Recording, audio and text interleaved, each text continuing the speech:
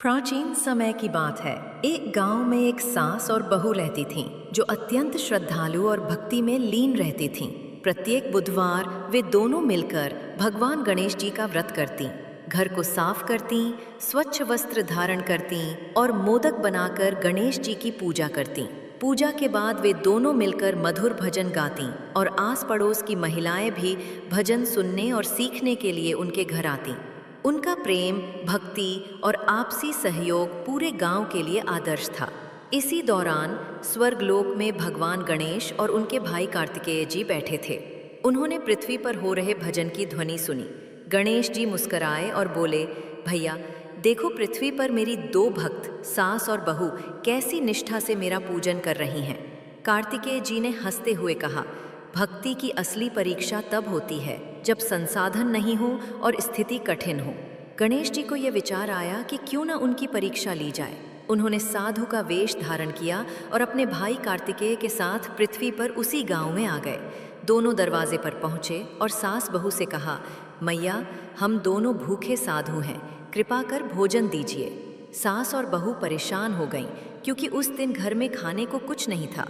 पिछले दिनों की बारिश और कठिनाई के कारण उनके घर में अन्न की कमी हो गई थी। बहू ने सास से कहा, माँ जी रसोई में कुछ भी नहीं है, क्या करें। सास बोली, बेटी ये साधु रूप में भगवान भी हो सकते हैं, हमें पूरी श्रद्धा से सेवा करनी चाहिए। दोनों ने मन ही मन गणेश जी से प्रार्थना की, हे गणेश जी आप ही बताइए मेरी कैसी परीक्षा ले रहे हो। घर में अन्न नहीं है और बाहर दो भूखे साधु बैठे हैं। तभी बहू ने घड़े में झांका और चमत्कार हो गया। पहला घड़ा चावल से भरा था, दूसरा खोला तो उसमें गेहूं का लोट था, तीसरे में मूंग, चौथे में मसूर, पांचवें में उड़द, छठे में बेसन और सातवें में चना था। सातों घड़े अलग अलग अन्न से भरे थे। साथ ही कढ़ाई में पहले से तेल गर्म हो रहा था और मसाले, सब्जियां, गुड़, नारियल और मोदक बनाने का सामान भी मिल गया। दोनों प्रसन्न हो गईं और झटपट रसोई में लग गईं। उन्होंने 7 प्रकार की सब्जियां, पूरी, खीर, मोदक, पकौड़े और भोग की कई चीज़ें बनाईं। फिर दोनों साधुओं को प्रेम पूर्वक भोजन परोसा।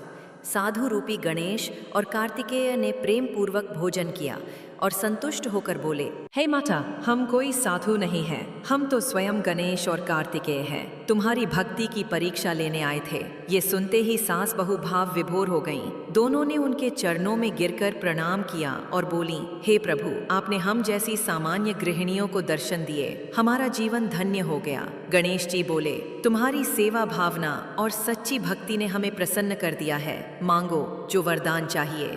दोनों ने एक स्वर में कहा, हे प्रभु हमें आपकी भक्ति जीवन भर मिलती रहे और समाज में कोई भी भूखा न सोए, किसी को दरिद्रता न झेलनी पड़े, ऐसा आशीर्वाद दें। गणेश जी ने वरदान दिया, तथास्तु, आज से तुम्हारा घर अन्नपूर्णा का घर कहलाएगा। तुम्हारे गांव में कोई दरिद्र नहीं रहेगा। जो भी मेरी सच्चे मन से भक्ति करेगा मैं उसकी हर परीक्षा में साथ रहूंगा। यह कहकर दोनों भाई अंतर्धान हो गए। उस दिन के बाद से गांव में हर बुधवार को महिलाएं और परिवार गणेश जी का व्रत करने लगे। सास बहू की कथा गांव गांव में फैल गई। उनके भक्ति और प्रेम से लोग प्रेरित हुए और भजन, पूजन और सेवा का मार्ग अपनाने लगे।